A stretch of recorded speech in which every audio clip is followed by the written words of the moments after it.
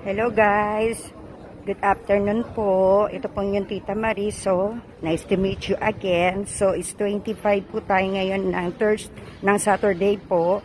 So katatapos ko lang po magtrabaho guys. It's 1 o'clock na po.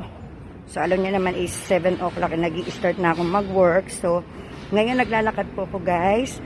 At kailangan po natin magmadali dahil pupuntahan ko po ang aking asawa and then ang aking anak. So, kami po ay magla-lunch sa labas. Siyempre, ako may sagot. Ako magbabayad kasi treat ko yun para sa birthday ng aking asawa. So, anyway guys, ang birthday ng aking asawa is 28.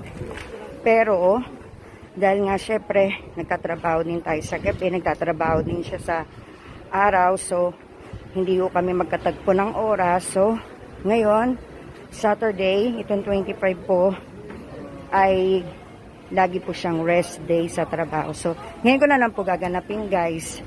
Pero ang talagang birthday niya guys is 28. So, yung 28 is Tuesday. So guys, yun po muna. At titingnan ko po kung saan po kami kakain.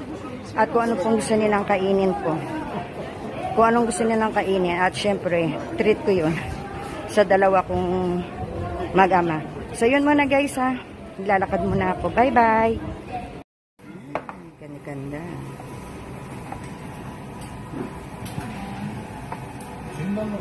Minus -20. Yay. Sarap yan.